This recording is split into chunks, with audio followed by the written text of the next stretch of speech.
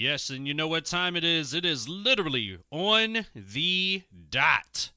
It is 9:00, the top of the hour in Radio Land, all over Radio Land. Good morning, Grand Rising. It is the Morning Machine, the machine that makes your mornings move. Hope you're having a phenomenal Thursday, the gateway to the weekend. And you know it is a gateway to a weekend. It is a gateway to a Labor Day weekend that is coming up. And for those of you that don't understand, our worldwide listeners, it is a great holiday for us to be able to get with family, have some time to ourselves, and rest and relax before we get into this fall season, okay? And so we thank you for making the machine a part of your daily morning routine, part of that morning routine all month long throughout the month of August. We have been giving flowers to our Black-owned businesses and organizations, nonprofits, and what have you. This is Black Business Month. Yes, unfortunately, it's the last day of it, but fortunately, we are a platform that does it every day. So it continues here. We celebrate Black-owned businesses all the time. So just because it's the last day of August does not mean that you can't share your Black-owned business here. So you know where to go. Hit us up, 1026thesituation.com, and go to our Contact Us form, and we will have that conversation. But this is a special conversation. We're going to have some phenomenal women this morning, and the first of which is sitting in this seat right now for the second time. Yes, that's right. She has been here before, like Tina Marie. Deja vu. She been here before. Yes, that's right. She has been here. Last time you heard her, she was on Industry Unleashed with Mike Robb, and it was with the cast of After Happily Ever After. And, of course, she is one of those cast members, and you can find it on BET Plus, by the way. So I'd be remiss if I didn't say that. Nikki Ward, host, reality star, co-founder of the African American Women Trucking Association, or AAWTA for short. And as a businesswoman and philanthropist, she has dedicated her career to helping others. Began in insurance, became an executive, and just worked her way up. Now, eventually, she decided to pursue entrepreneurship, founding a trucking and logistics company, and then the African American Women Trucking Association. And this is the first official nonprofit organization dedicated to helping the community of African American women and women of color in trucking and providing resources for development in the transportation industry. For the first time on the Morning Machine, but no stranger to this station, the situation, she's back. It is the Nicole Nikki Ward. Good morning, Queen. Man, great morning. I am in the building. I'm loving that energy and that positive flow. Let's go this morning. I do this. You know I do this. Everybody says it every morning. I love that. Shout out to 102.6 The Situation. If you're not locked in, you're missing out. Yeah. I'm going to take that and make it a drop. Absolutely. You know how that goes down. But, there's a journey to all of this, and I want to take it back to the old school. Let's take it to Union Square. When was that light bulb moment that you said, look, this organization needs to get started? Talk about the history. Well, let's talk about being born. I was born into greatness, and so I always knew that I was supposed to do something bigger than me in this life. And so I was always trying to figure that out. I've always had a serving spirit. And so, I found myself in occupations that were always helping others. And then it was even greater. I was able to make these organizations a huge amount of money. So I specialized in strategic organization and developmental growth.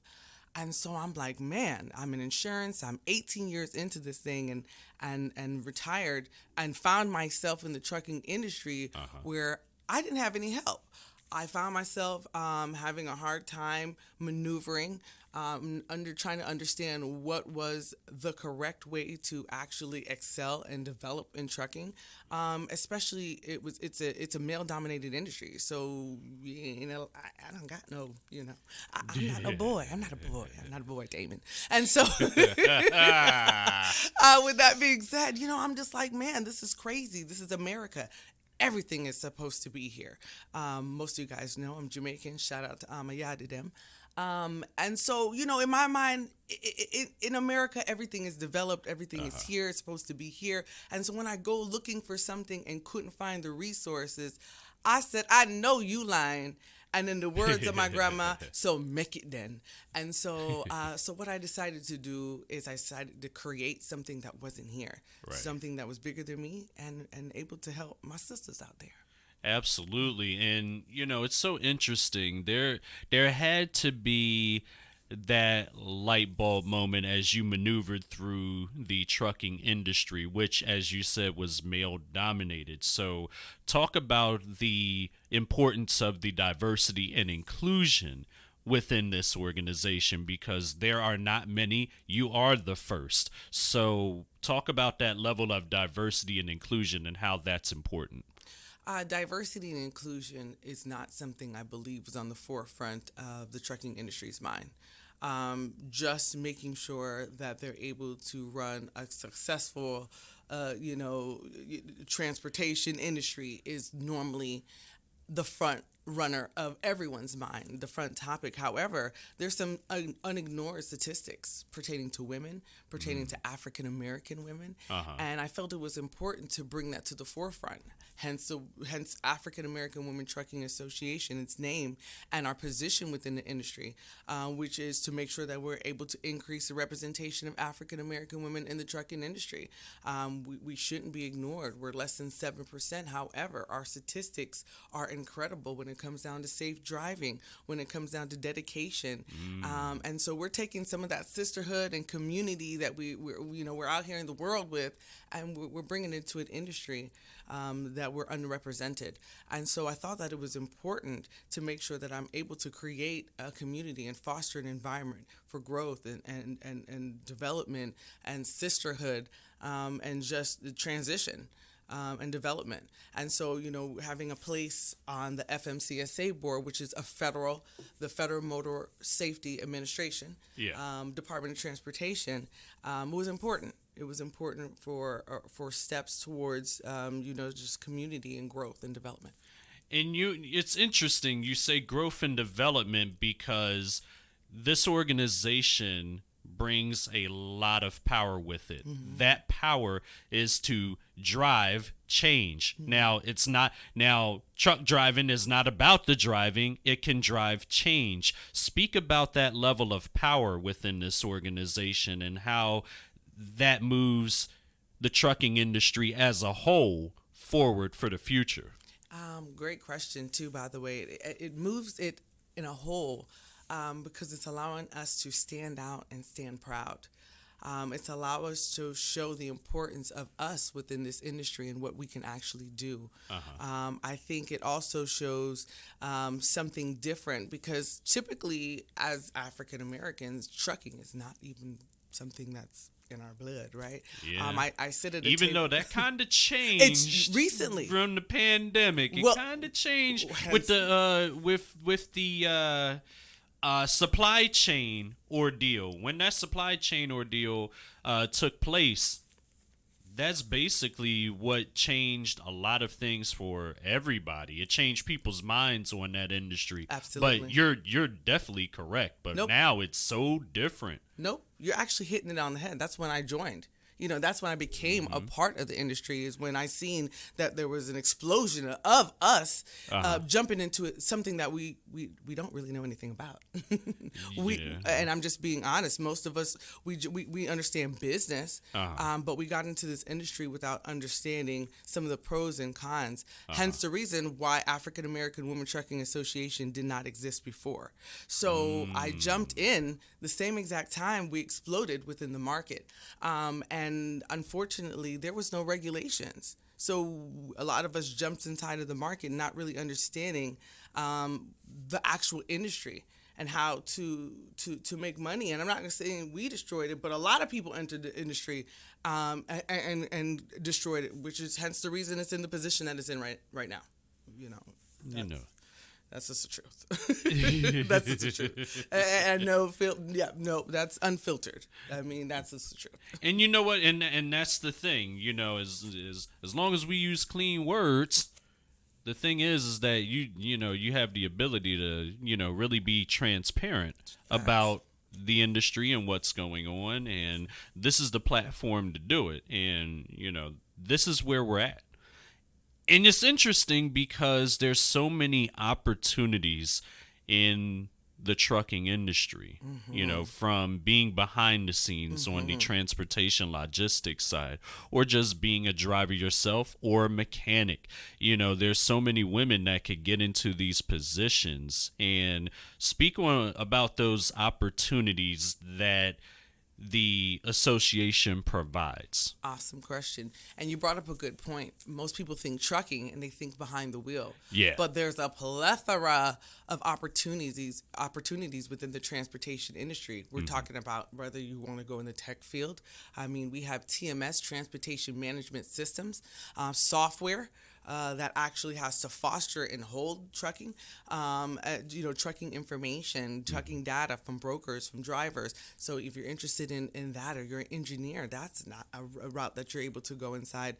You talk about diesel mechanics. I mean, the implosion of African Americans and Black women that have, gotten into that field has been incredible. Dispatching. I mean, there's a number of things that you're able to do without actually touching a truck.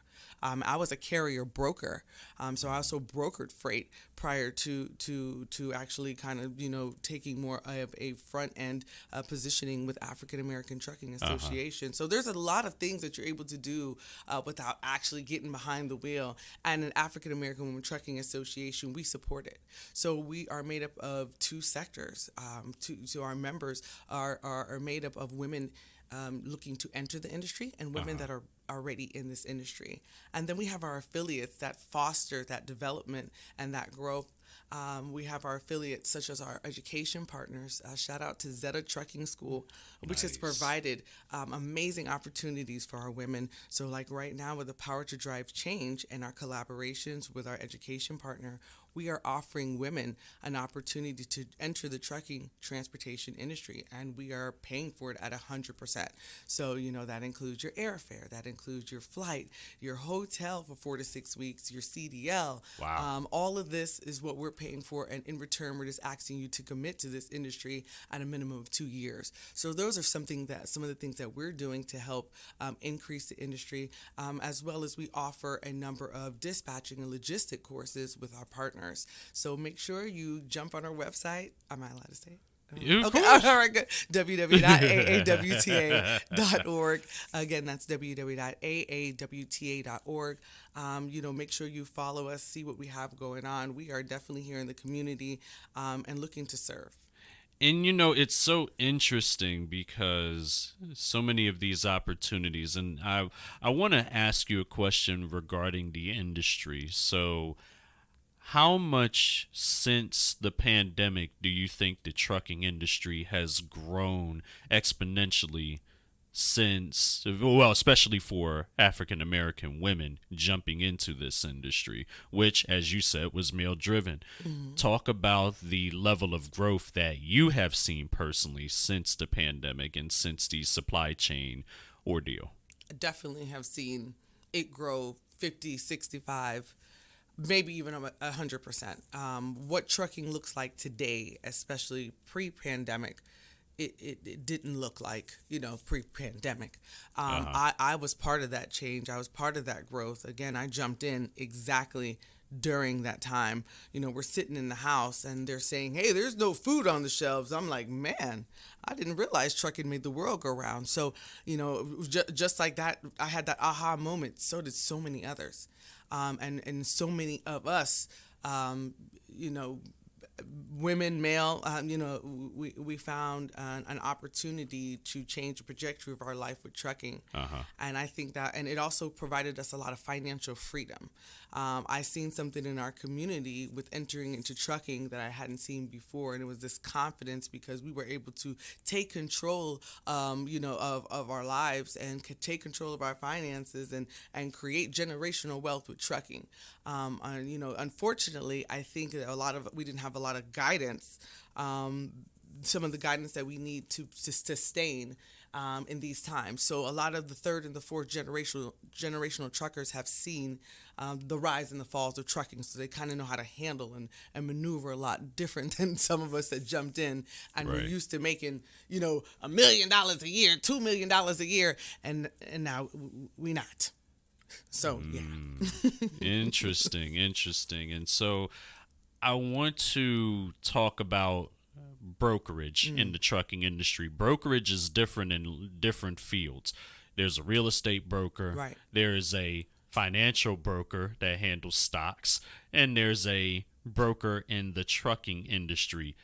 What is the major difference when you talk about a broker in the trucking industry, and what was your biggest challenge? How did you overcome it? Great question. So brokering is the same across the board. I always tell people, think about wholesale versus retail. All right. And as the broker, I'm the wholesaler. All right. I'm the wholesaler, and I'm going to find a customer or consumer that is going to purchase my wholesale product and is able to sell it at a retail price. Only difference is it's trucking. All right. So whether it's like I tell you, brokering is brokering. To keep it simple, and we're just doing trucks, and we're doing loads, and we're doing freight, just to keep it simplistic. And I think one of my biggest obstacles was trying to understand where I fit in with transportation. There are so many, it's so broad, and it can be confusing, and you're not really sure, should I try it all? Where do I belong, and what's going to be best for me? As far as myself, I'm very detail oriented. I'm real, methodical. So I knew I belonged in the back end. I knew I didn't belong on the road. I knew I belonged in a process driven environment that I needed to create. Right. And so with brokering, I found that to be the fun part. I found it to be also very important as a prior carrier, because I was able to see where some of the money was going, and I also had more control over my money. That's is so interesting, because having control over your money is the biggest thing. There's a lot of people that come into the business and thrive, and then there's others who make those mistakes, and a lot of those mistakes are on the financing side, or the finances side, if you will. What would you say is the biggest advice for someone getting into brokering in the trucking industry, and making sure that their finances are on point? Because a lot of us, we go wrong there, and there's sometimes financial mismanagement. What would you say is the best advice that you have? Well, that was one of the things you hit on the head. If you're jumping in this industry, financial management is going to be one thing that you either need to take a class, watch a YouTube course, or something along that line. Shout out to YouTube University. Listen, it's taught a lot of us. Right. But financial literacy is extremely important when you're getting into this game, because there's a lot of cash flow. And so you can get a little happy here, and it's really important to make sure that you're paying attention to your expenses, because one little mistake in trucking can cost you everything. And so with getting into brokering, some of the advice that I would definitely give people is to make sure that you understand the business that you're getting in. I hear a lot of people say something like, I don't like people. Well, this might not be for you. This is one business that you have to have tough skin, and you got to be extremely personable.